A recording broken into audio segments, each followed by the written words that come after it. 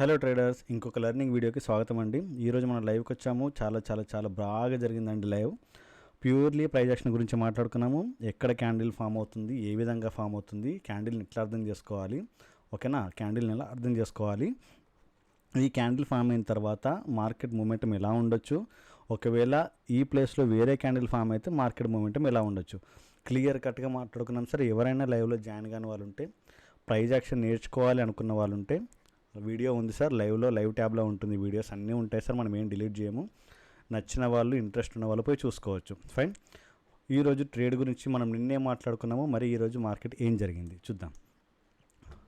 చెప్తున్నాను కదా సార్, ఏమని చెప్తున్నాము, మార్కెట్ ఫ్లాట్గా ఓపెన్ అవ్వడమే ఉత్తమం అని చెప్పుకుంటున్నాం. మార్కెట్ ఫ్లాట్గా ఓపెన్ అయితే ఉత్తమం సార్. కొంచెం పైకి వెళ్తే ఇక్కడ పుట్టు ట్రై చేద్దాం అనుకున్నాం. ఒకవేళ గ్యాప్ అప్ ఓపెన్ అయినా సరే ఇక్కడికి వెళ్ళిన తర్వాత మన ఎల్లో బాక్స్ రిజెక్షన్లో పుట్టుకే ట్రై చేద్దాం అనుకున్నాం. గ్యాప్ డౌన్ అయితే పుట్టు సైడ్ టార్గెట్స్ చూసుకుందాం అనుకున్నాం. కానీ ఈరోజు ఏం జరిగింది చూద్దాం. గ్యాప్ డౌన్ అయింది మార్కెట్, కాకపోతే చిన్న చేంజ్ జరిగింది సార్ మార్కెట్లో. ఏం జరిగిందంటే యాక్చువల్గా ఇక్కడ ఒక టార్గెట్ ఉంటుంది మనకి, ఫస్ట్ టార్గెట్, ఓకేనా. మార్కెట్ ఓపెన్ అవ్వడమే ఎగ్జాక్ట్గా మన టార్గెట్ నుంచి ఓపెన్ అయింది. ఇక్కడ డైరెక్ట్ ఓపెన్ అవ్వడం వల్ల మనకి ఏం యూజ్ ఉండదండి. అయితే గ్యాప్ డౌన్ ఇక్కడ అవ్వాలి, లేకపోతే ఇక్కడ అవ్వాలి, లేకపోతే ఫ్లాట్ అని అవ్వాలి. డైరెక్ట్ టార్గెట్ వరకు ఓపెన్ అయింది కాబట్టి మనం ఏం చెప్పామంటే అవాయిడ్ చేయండి, ఏం ట్రేడ్ తీసుకోవద్దు, వెయిట్ చేయండి అని చెప్పాము, ఓకేనా. ఈ రెడ్ లైన్ మార్క్ చేసి ఏం చెప్పామంటే ఈ రెడ్ లైన్ పైన క్యాండిల్ క్లోజ్ అయితే మనం కాల్కి వెళ్దామని చెప్పాము. ఎప్పుడు ఈ క్యాండిల్ ఉన్నప్పుడే లైవ్లో చూడండి. దాని తర్వాత ఏం జరిగిందంటే మార్కెట్ ఈరోజు ఫస్ట్ డే ఓపెన్ క్యాండిల్ని బ్రేక్ చేసింది, ఓకేనా. నిజంగా సార్ లైవ్లో ఉన్న వాళ్ళకు తెలిసింది ఈరోజు ఎట్లా ట్రేడ్ చేయాలి, ఎట్లా అవాయిడ్ చేయాలి అనేది. ఈరోజు లైవ్లో ఉన్న వాళ్ళందరికీ నాకు తెలిసి చాలా నాలెడ్జ్ వచ్చి ఉంటుంది సార్, ట్రేడ్ ఎలా చేయాలనేది. మనం లైవ్లో ఉన్నప్పుడు ఏం చెప్పామంటే ఈ లో బ్రేక్ అయినా సరే మనము పుట్టు సైడ్ వెళ్ళట్లేదు. అర్థం చేసుకోండి సార్, ప్రతిరోజు మార్కెట్ ఒకే రకంగా బిహేవ్ చేయదు. అది ఓపెనింగ్ అయిన సిచ్యువేషన్ బట్టి, ప్రీవియస్ డేలో ఎలా బిహేవ్ చేసిందని బట్టి మార్కెట్ బిహేవ్ చేస్తుంది. సో ఆ బేస్ చేసుకుని నేను ఏం చెప్పానంటే ఈరోజు మనం పుట్టి సైడ్ వెళ్ళట్లేదు. ఇక్కడ ఒక లెవెల్ ఇచ్చాం సార్, ఈ లెవెల్ 47,005. ఈ లెవెల్ నుంచి మనం రివర్సల్ ప్లాన్ చేద్దామని చెప్పాం. 47,005 ఎగ్జాక్ట్గా ఇదే లెవెల్ నుంచి మార్కెట్ రివర్స్ అయిపోయింది. అలా అని చెప్పి ఇక్కడ ఎంట్రీ తీసుకున్నామా? తీసుకోలేదు. మనకు రివర్సల్ వెళ్తుందని తెలుసు, కానీ కన్ఫర్మేషన్ కోసం వెయిట్ చేయాలి సార్. ప్రతిసారి చెప్తుంటాను కదా, కన్ఫర్మేషన్ రావాలి, ఫస్ట్ కన్ఫర్మేషన్, దీని తర్వాత ఎంట్రీ దొరకాలి. ఇవి రెండు చాలా ఇంపార్టెంట్. కన్ఫర్మేషన్ రాగానే డైరెక్ట్ దుంకకూడదు సార్, మార్కెట్లో ఎంట్రీ కూడా రావాలి. సో నాకు ఈ క్యాండిల్లో కన్ఫర్మేషన్ వచ్చిందని చెప్పాను, ఓకేనా. నెక్స్ట్ మార్కెట్ ఇక్కడికి రీటెస్ట్ వచ్చినప్పుడు కూడా తీసుకోవచ్చు, బట్ మనం తీసుకోలేదు. అర్థమవుతుందా? మనం తీసుకోలేదు, వీఆర్ వెయిటింగ్. మనకు ఎంట్రీ కోసం వెయిట్ చేస్తున్నాం. ఎక్కడ తీసుకున్నాం తెలుసా సార్? మనం క్లియర్గా ఏమైనా మాట్లాడుకున్నామంటే మార్కెట్ కన్ఫర్మేషన్ ఇచ్చిన తర్వాత ఇలా ఫ్లోలో వెళ్ళిపోనివ్వండి, మనం ఇక్కడ దాకా కూడా ఏం తీసుకోలేదు సార్. మీరు లైవ్లో ఉన్నప్పుడు ఈ క్యాండిల్ని అనలైజ్ చేయగలుగుతారు సార్. ఈ రెడ్ క్యాండిల్ని అనలైజ్ చేస్తే ఏమనుకుంటారో తెలుసా?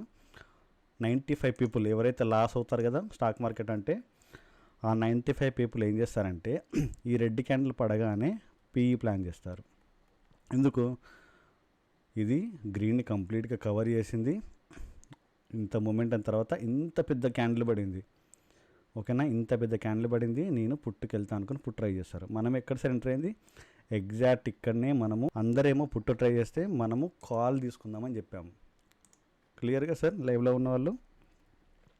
ఉన్న వాళ్ళకి అన్నీ తెలుసండి, ఎలా జరిగింది, ఏం చేసాము అన్నీ క్లియర్గా మాట్లాడుకున్నాం, ఓకేనా. 250 నుంచి మనము 317 వరకు వెళ్ళింది సార్ మార్కెట్.